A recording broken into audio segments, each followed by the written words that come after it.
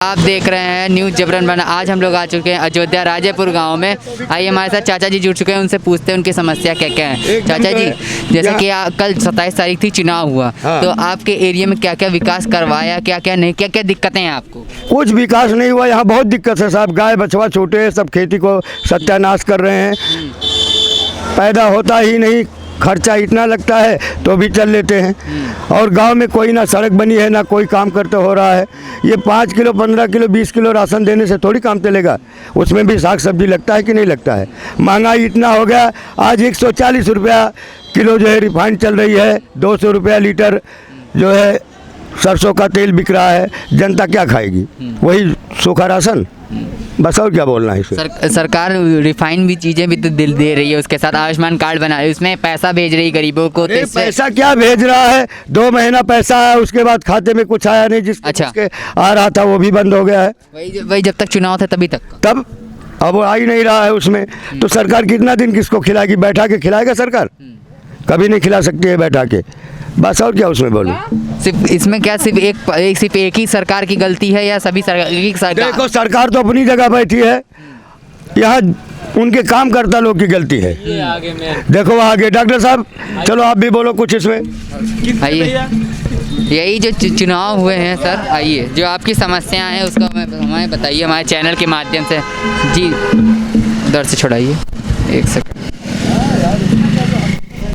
नमस्कार सर। नमस्कार जी, आपका शुभ नाम? मोहम्मद साबिर का। जैसा कि देख रहे हैं कि चुनाव हुए हैं, वोटिंग डली है, तो आपने अपने क्षेत्र के किस मुद्दे को लेकर या अपने से रिलेटेड कौन से मुद्दे को लेकर वोट दिया? देखिए, जैसे एक चीज़ आप मान के चलिए भैया, जैसे जो इलेक्शन होना चाहिए, इलेक्शन जो होना चाहिए विकास के मुद्दे पर होना चाहिए जी। ठीक, विकास का मुद्दा होना चाहिए, भाईचारे का मुद्दा होना चाहिए, शिक्षा और रोजगारी का मतलब होना चाहिए। जातिवाद या भतीजावाद या जो है इस तरीके से जो इस बार जो 2022 का चुनाव हुआ, ये समझ लीजिए विकास के मुद्दे से हट के, समझ ले, भ्रष्टाचार के मुद्दे से जातवाद भाईवाद पे डिपेंड हुआ। ठीक है, अब यंग एज जो चाहता है वह चाहता है रोजगार, चाहता है क्षेत्र का विकास, चाहता है जो जनप्रतिनिधि चुने जाएं क्षेत्र के, जो प्रतिनिधि चुने जाएं क्षेत्र के, वो इस तरीके से चुना जाए जो देश का क्षेत्र का लोगों का सुख दुख में शामिल हो, विकास किया जा सके। बाकी तो ऐसे आते जाते रहेंगे, कोई दिक्कत नहीं है। चाचा जी कह रहे हैं सरकार तो सही है अपनी जगह, लेकिन उनके जो यहाँ प्रतिनिधि हैं उनको देखना चाहिए कि ये जो दिक्कतें हैं अपने एरिया में जांच करनी चाहिए। सरकार तो बिल पास कर सकती है, लेकिन उसको लागू कराना तो इन सब की जिम्मेदारी है।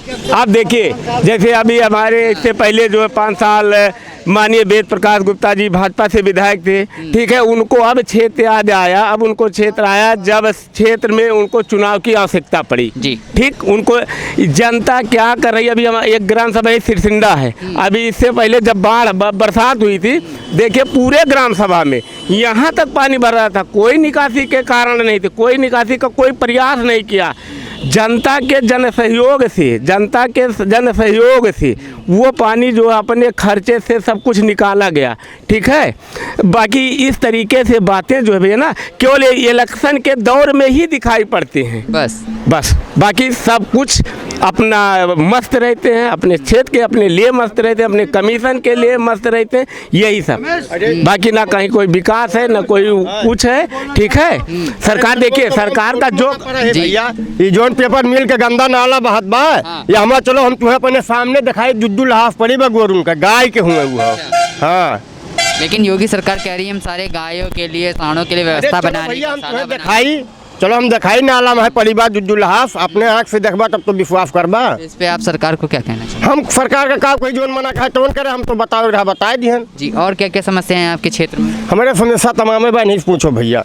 वो भैया ने अपना मत रख दिया, आप अपने मत बताइए। सब ठीक बा, हमारे देखे में नहीं पूछो भैया, हम कम जानकार। जैसे भैया ने क्या क्या समस्या है? देखिए, सरकार देखिए सरकार कोई भी होती, जो घर का मुखिया होता है, तो परिवार देख पाएगा, चूंकि सीमित परिवार होते हैं, परिवार में सीमित होते हैं ना, तो जब वो सबको संतुष्ट नहीं कर सकता, तो इतनी बड़ी बागडोर है उत्तर प्रदेश की, इतनी बड़ी बागडोर है, तो देखिए वहाँ से गलती नहीं, जो इनके माननीय जो जनप्रतिनिधि हैं क्षेत्र के, सबसे ज़्यादा जो है कष्टकारी बात वही माननीय जनप्रतिनिधि करते हैं, ये समझ लीजिए। कई चाचा जी से बात कर लेते हैं। चाचा जी नमस्कार। वो हमारे भाई हैं, बोल दिए जो। नहीं, उन्होंने बोला तो आप बताइए, जैसे कि आपने कभी सरकारों का कार्यकाल देखा होगा तो आप कुछ बोलेंगे चाचा जी? हम ना हम पढ़ा लिखा नहीं। तो इसमें पढ़ा लिखा होने की कोई मतलब ही नहीं। चाचा जी आप कुछ कहना चाहेंगे इस पे? भाई इस सरकार में कई ऐसा काम बढ़िया हुआ है। अच्छा। जैसे रेलवे लाइन है, हाँ। उसके नीचे गड्ढा खोद दिया गया है। अच्छा। जो दारू का ठेका शहर में था वो ले जाकर के देहात में कर दिया गया। अच्छा। ये तो दो खूब बढ़िया काम हुआ है। अच्छा, कुछ काम अच्छे हुए हैं सरकार। हाँ, क्योंकि देहात में लोग दारू नहीं पीते और जब ठेका हो गया तो वे भी पीने लगे। अच्छा। बच्चे तक पी रहे हैं। ये 5 किलो राशन वाला फ्री वाला, ये भी जिसको चाहिए उसको नहीं मिल रहा है। अच्छा। जिसके पास 2 लाख 3 लाख महीने पैसे आ रहा है उसको बोरा बोरा का मिल रहा है। देखिए भैया, इसे थोड़ा पीछे करो। सरकार कोई भी बने, कोई भी नेता कभी ये क्यों नहीं बोलता कि हॉस्पिटल इतने महंगे होते चले जा रहे हैं, दवाई इतनी महंगी होती चली जा रही है। जो आम जनता है उसे फुल प्रिंट पे दवाई मिलती है, गरीब इंसान इलाज नहीं करा पा रहे हैं। लोगों की ज़मीनें बिक जाती हैं हॉस्पिटल के दरवाजों पे। गैस के बारे में भी बता दो। तो कोई इसके लिए क्यों नहीं बोलता? इलाज सस्ता होना चाहिए ना जी। गरीब का बना दिया भाई, सरकारी हॉस्पिटल है, वहाँ चक्कर काटते रहो, कोई सुनने वाला ना होता।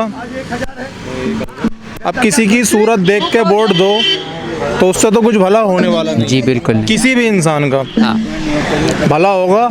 आप देखो कौन क्या कर सकता है। आपको अच्छे हॉस्पिटल चाहिए होंगे, आपको अच्छी शिक्षा प्राप्त करनी है तो अच्छे स्कूल चाहिए होंगे सर, गवर्नमेंट स्कूल जिनमें गरीब का बच्चा पढ़ सके। जैसा कि कोरोना में आपने देखा है कि शिक्षा व्यवस्था एकदम चरमरा उठी है हमारे देश की, एकदम बेकार हो चुकी है। तो इस पे आपका क्या, वैसे सरकारी स्कूलों में बहुत अच्छी पढ़ाई तो नहीं होती हमारे साथ? देखिए अभी तो कोरोना के मामले में तो ऐसा है कि शिक्षा ज़्यादा ही डगमगडोल हो गई है, इसमें तो कुछ कहा ही नहीं जा सकता जी। ये तो एक अलग दिक्कत रही, लेकिन उससे अलग सरकारी स्कूल में कोई शिक्षा नहीं है, कुछ नहीं है, सिर्फ टाइम पास है टीचरों का। 60-60 हज़ार 50-50 हज़ार की सैलरी है, कोई पढ़ाई नहीं है। गवर्नमेंट को ध्यान देना चाहिए इस चीज़ पे। और भाई हॉस्पिटल होने चाहिए, मेडिकल कॉलेज होने चाहिए, स्कूल खुल गया उसमें सरकारी हॉस्पिटल, मतलब क्या बोलते हैं, प्राइमरी स्कूल अच्छे होने चाहिए। गांव में जो है पाठशाला अच्छी होनी चाहिए, वहाँ रूम अच्छे होने चाहिए, फर्नीचर अच्छा होना चाहिए, बच्चों को ड्रेस अच्छी मिलनी चाहिए। तो हमारा इस चीज़ से आने वाली नस्लें जो हैं कुछ बेहतर कर सकेंगी, ना कि किसी का चेहरा देखो 5 किलो राशन लो घर को लिया, उससे क्या होगा? हम उससे तो बेकार होंगे ना, तो एक दिन भिखारी बन जाएंगे।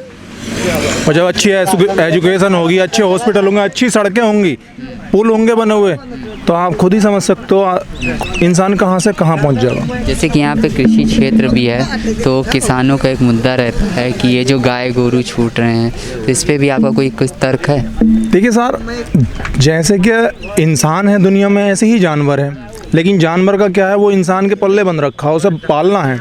अब गवर्नमेंट ने उसका कोई इंतजाम तो किया नहीं है, गौशाला हैं लेकिन उनमें रख नहीं पा रहे हैं वो। अब लोगों का, किसानों का नुकसान हो रहा है। अगर किसी किसान के पास 5 बीघा ज़मीन है और उसमें 30-40 बछड़ा चले गए, तो उसका क्या बचेगा गरीब पे? उसके वो अपने घर को तो कुछ लाएगा ना, उसका तो बछड़ा खा गए ना सारे। तो उसका प्रबंध भी सरकार को करना चाहिए। तो और एक जब से एक आम आदमी जो एक गरीब वर्ग से रहता है, बिलोंग करता है, से दूर है, गरीब के पास से सारी सरकार की सारी योजनाएं वो बहुत दूर है बेटा, बहुत दूर है, गरीब से बहुत दूर है। ठीक है, गरीब के सारी सरकारी योजनाएं जो है वो गरीब के पहुंच से काफ़ी दूर हैं। ठीक है, देखिए गरीब तो केवल मारा जाता है। अभी वो आप वाली करेगी तो मारा जाएगा, उनकी करेगी तो मारा जाएगा। जो सरकार किसी की भी बने भैया, सरकार किसी की भी बने, चेहरे से कोई मतलब नहीं है। बस क्या होना चाहिए, हॉस्पिटल अच्छे होने चाहिए, स्कूल अच्छा होना चाहिए, सड़कें अच्छी होनी चाहिए, पुल बनने चाहिए, लाइट मिलनी चाहिए गाँव में, और इलाज गरीब का होना चाहिए। और आजकल एक जातिवाद के नाम पे, एक राम मंदिर के नाम पे, एक जो सब एक जातिवाद की जो राजनीति आजकल चल रही है, तो इस पे तो मंदिर कहाँ बना भैया? नहीं सुनिए, एक मिनट आप देखिए, मंदिर की बात किए, देखिए मंदिर तब भी सबका था। मंदिर जो है भाईचारे का प्रतीक था। विवाद तो हम ये कहते हैं भारतीय जनता पार्टी तो लाई नहीं, मंदिर का निर्माण तो वहाँ भारतीय जनता पार्टी के पैसा, सरकार के पैसे तो नहीं हो रही है, जनता के पैसे से हो रही है। माननीय सुप्रीम कोर्ट का जो निर्णय आया, दोनों पक्षों का, दोनों पक्ष उससे संतुष्ट हुए कि नहीं हुए? आप ये कहो भाई, तो उसमें कभी मुसलमान का कोई अधिकार था? हम आपसे कहते हैं कि माइक हमारा है, तो कैसे मान लेंगे हमारा है? हम तो केवल कह सकते हैं ना। तो अगर मान लीजिए कोई मुसलमान ये कभी कहा, भाईचारे में कभी दखलंदाजी हुई, लेकिन ये 2022 का जो चुनाव हुआ, ये विकास और रोजगार से हट के केवल जातिवाद पर ये चुना हुआ। आप किसी ग्राम सभा में जाइए, अभी लोग सबसे पहले अपने को कहेंगे मैं हिंदू हूँ, उसके बाद वो कहेंगे मैं ब्राह्मण हूँ, मैं कहूँगा मैं मुस्लिम हूँ। तो ये समझ लीजिए कि अब ये जो चुनाव हुआ, ये दूरगामी परिणाम ईश्वर जाने क्या होगा, ये तो गर्भ में छिपा है। लेकिन जातिवाद का भड़कावा देके भाई ये लोकतंत्र के लिए अच्छा नहीं है। जैसा कि सपा सरकार ने यादवों को अपने पक्ष में खींचती जा रही है, तो और सभी सरकारों का ब्लेम है कि जातिवाद के चक्कर वो भगवा जैसे योगी जी भगवा को लेके चल रहे हैं, तो सब अपना अपना पक्ष लेके चल रहे, तो क्या इससे जनता को बांटने का कार्य नहीं किया जा रहा है? देखिए, जैसे अभी ये समझ लीजिए, कोई राजनीतिक, वो चाहे माननीय अखिलेश यादव जी हो, माननीय मुख्यमंत्री जी हो, कोई हो, ठीक है भैया, कोई हो, तो जहाँ धर्म विशेष की बात आएगी, तो ये क्या माननीय अखिलेश यादव जी चाहेंगे यादव उनको मुख्यमंत्री बना देंगे? नहीं बना पाएंगे। अगर योगी जी ये चाहें कि उनको जो है ये लाभी ठाकुर या ब्राह्मण सत्ता पे बैठा देगी, नहीं हो सकता, कभी नहीं हो सकता। हर वर्ग का सहयोग होना चाहिए, हर वर्ग का, हर जात से, हर विशेष धर्म से। आप मिला के तो देखिए। आप कहते हो अब किसी भाषण में आप कहते हो कि पहले मुहर्रम पे बिजली मिलती थी, ईद पे बिजली मिलती थी, बाकी दिनों में जन्माष्टमी या जो भी होली दीपावली होली इनको नहीं मिलती थी। क्या सपा जो है जातवाद के, जैसे मैं मुस्लिम हूँ, क्या लाइट जब मिलती थी तो मेरे घर में जो है डायरेक्ट कनेक्शन हो जाता था? किसी और अदर जनता को ये बेनिफिट नहीं मिल। आज लाइट जो 18 घंटा 16 घंटा जो भी मिल रहा है, क्या वो वर्ग विशेष को मिल रहा है, हमको नहीं मिल रहा है? वही ऐसा तो है, कनेक्शन है नहीं कि हम सपाई हैं तो सपाई नहीं पाएंगे, भाजपाई हैं तो भाजपाई को मिला, ऐसा तो नहीं है। तो फिर यह चर्चा पर चर्चा नहीं होना चाहिए, ठीक है। देखिए, आप कहते हो परिवारवाद की बात, तो समझ लीजिए आप किसी पार्टी से लगे हो, आप किसी पार्टी से लगे, हम आपको उदाहरण एग्जाम्पल दे रहे हैं। जैसे मान लीजिए आप किसी पार्टी से लगे हो, ये भाई किसी पार्टी से लगे हैं, तो मैं भी पार्टी का कार्य करता हूँ मान लीजिए, ठीक। तो मैं ये नहीं चाहूँगा कि जो है हमारे अतिरिक्त भाई दे रहे हैं, सेवा दे रहे हैं, पार्टी को सेवा दे रहे हैं, इनको भी मौका मिल जाए। अगर मैं सांसद हूँ, विधायक हूँ, तो ये पूरी पीढ़ी दर पीढ़ी लोग अपनों को चाहते हैं, कार्यकर्ता को नहीं चाहते। कार्यकर्ता केवल जो है बलि का बकरा बनता है। बाकी किसी को परिवार हर पार्टी में है, आप किसी को देख लीजिए, हर, चाहे वो भाजपा हो, सपा हो, बसपा हो, हर जगह परिवार है। तो भाई इतना दोषी तो समाजवादी पार्टी तो नहीं है ना, समाजवादी पार्टी तो इतना दोषी नहीं है। देखिए ये कितना कहे कब्रिस्तान की बाउंड्री कराए, ये कराए, भाई कितना बाउंड्री हुआ। क्यों आप जातिवाद का बीज बो रहे हैं भैया? हिंदुस्तान है, लोग जो है भाईचारा का देश है, भाईचारा का देश। अगर हिंदुस्तान का मुसलमान हर कास्ट में भाई 1-2% तो बदतमीज होते हैं, 1-2% बदतमीज होते हैं। अगर पहली बात मैं मुस्लिम हूँ, तो सबसे पहला मेरा राष्ट्र धर्म जो है हिंदुस्तान है, सबसे पहला धर्म मेरा, मैं भारत का नागरिक हूँ। जात बाद में है, हम मुस्लिम बाद में हैं, पहले भारत के हम नागरिक हैं, उसके बाद जात है। मैं खा रहा हूँ भारत का, मैं शिक्षा ले रहा हूँ हिंदुस्तान का, मैं पाकिस्तान जिंदाबाद का नारा क्यों लगाऊंगा जी? क्यों लगाऊंगा? जी। क्यों लगाऊंगा मैं? पाकिस्तान जिंदाबाद का नारा क्यों लगाऊंगा? लेकिन नारे तो लगाए गए हैं यार। नहीं, अब जी। ये बिल्कुल जैसे एक वहाँ का कोई सभासद है, वहाँ का कोई सभासद है, उसका नाम इससे अटैच हुआ। अच्छा। इससे अटैच हुआ। अच्छा। वो पाकिस्तान नहीं, बाकी आइए, क्या बाहर आइए। क्या मलिक खान उसका नाम था। वो जिंदाबाद। भाई कार्यकर्ता इनके भड़काए, कार्यकर्ता इनको भड़काए, बाकी कोई मुस्लिम इतने दिन के चुनाव प्रचार में किसी ने भारत की मान सम्मान भैया से भैया आइए, बाहर के आइए। खिलाफ किसी आइए, ने अपने कोई आप कमेंट नहीं किया है। जी। भारत के मान सम्मान, हमारा मान सम्मान जो है भारत से नहीं जुड़ा है जी पूरा भाई। या हिंदुस्तान की आज़ादी में मुसलमानों का कोई रोल नहीं था? नहीं था। अभी देखिए, एक भाजपा के माननीय विधायक जो भी हो, डुमरियागंज देख लीजिए, उन्होंने पूरे हिंदुत्व को गाली दिया है, वहाँ की नहीं दिया कि भाई जो सपा का वोट देगा वो समझ लिए उसके रगों में मुस्लिम का खून दौड़ा। ये सब क्या है? क्या है ये? क्या है? अच्छा। केवल इंसानियत का गला घोट रहे हैं ये लोग। अच्छा। केवल इंसानियत का गला घोट रहे हैं। जी बोलिए फिर। तो जैसा कि आपने भैया की बातें सुनी कि ये धर्मवाद जो ये सारी चीज़ें हो रही हैं, क्या ये चीज़ें गलत है? ये चीज़ें तो हमारे देश में ये तो नहीं। सभी जानते हैं हमारे देश के लिए गलत है, और हमारे क्या ये हर देश जहाँ कई प्रकार की जातियों के लोग रहते हैं, उस हर देश के लिए ये चीज़ गलत है।